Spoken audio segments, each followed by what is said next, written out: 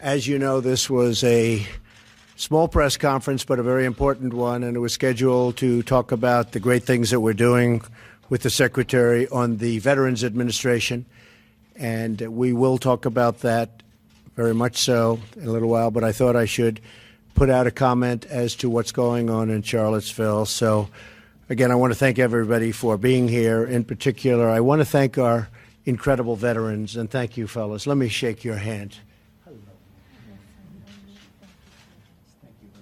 Thank you very much, sir.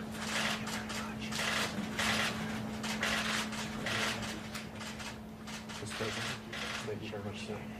Thank you, Mr. President.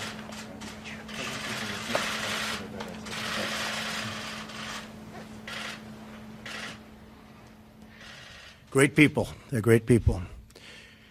But we're closely following the terrible events unfolding in Charlottesville, Virginia. We condemn in the strongest possible terms this egregious display of hatred, bigotry, and violence on many sides. On many sides. It's been going on for a long time in our country. Not Donald Trump, not Barack Obama. It's been going on for a long, long time. It has no place in America. What is vital now is a swift restoration of law and order and the protection of innocent lives. No citizen should ever fear for their safety and security in our society, and no child should ever be afraid to go outside and play or be with their parents and have a good time.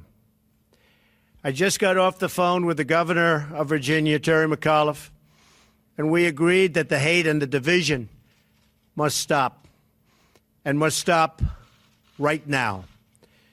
We have to come together as Americans with love for our nation and true affection, really, and I say this so strongly, true affection for each other. Our country is doing very well in so many ways. We have record, just absolute record employment. We have unemployment, the lowest it's been in almost 17 years. We have companies pouring into our country, Foxconn and car companies and so many others. They're coming back to our country. We're renegotiating trade deals to make them great for our country and great for the American worker. We have so many incredible things happening in our country. So when I watch Charlottesville, to me it's very, very sad.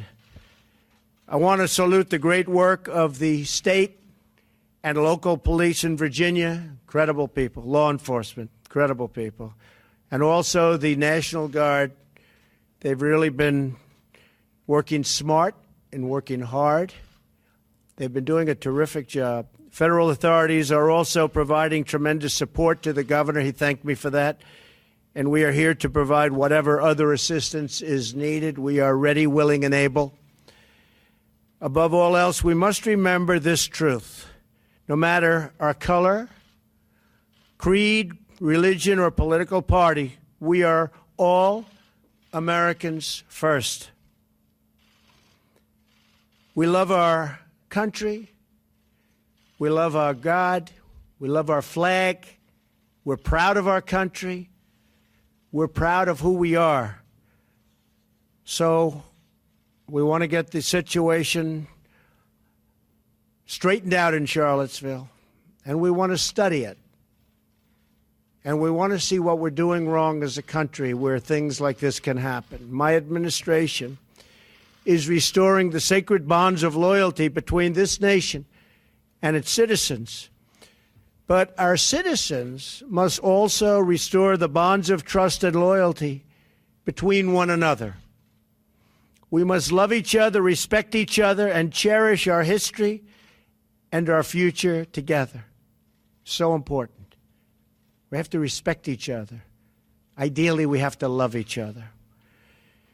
And now to the Veterans Administration, where I'm so proud of David Shulkin and the job you've done, what you've done in such a short period of time. I think you folks would attest to it.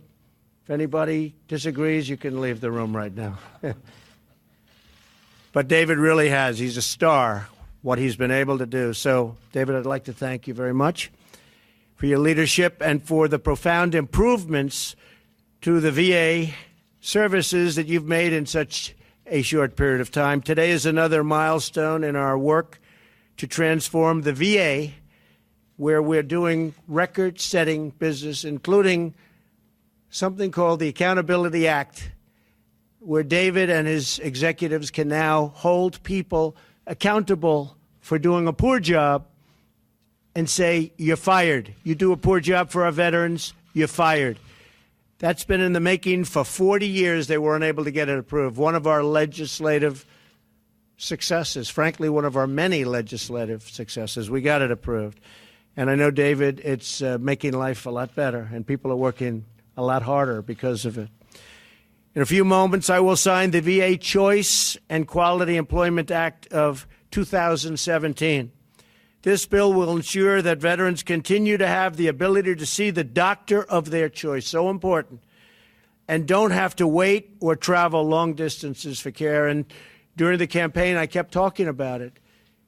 People, these great, incredible veterans, our finest, they're waiting online for 7 days, 9 days, 14 days for ailments that could be fixed quickly, and they end up dying of things that could be taken care of very, very routinely.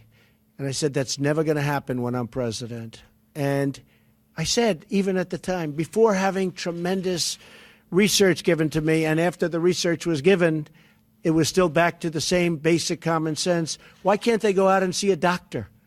If they have to wait 7 days or 14 days online, why can't they see a doctor? And we'll pay for the cost of the doctor.